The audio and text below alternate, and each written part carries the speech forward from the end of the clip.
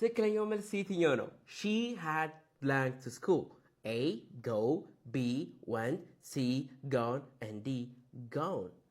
Excellent. Here is the word had. Had ወይም has ወይም have በሚሆንበት ጊዜ ቀጥሎ መምጣት ያለበት የቨርብ አይነት ምንድነው?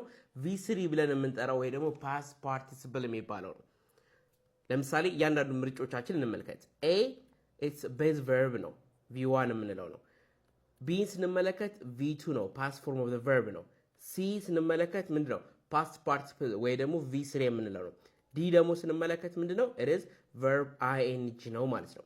ስለዚህ ከነዚህ ሁሉ ምርጫችን መልሳችን not A not B it is C she had gone to school ብለን እንመልሳለን ማለት ነው።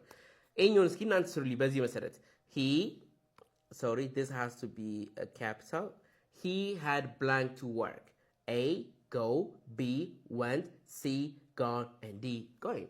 Which one is the right answer? Comment section ላይ እጠብቃችኋለሁ። እንግሊዝኛን በአካልም በኦንላይን መማር ከፈለጋችሁ እንዲሁም ደግሞ ስፒኪንጋችሁ ማዳበር ከፈለጋችሁ በግሩፕም በፐርሰናልም የኦንላይን ክላሶች ስላሉ ጆይን ማድረግ ትችላላችሁ። ባዮ ላይ ስልካችን አለ ወይ ደግሞ ቀጥታ ቲክቶክ ላይ ዲኤም ሜሴጅ ብልኩልኝ እመልስላችኋለሁ።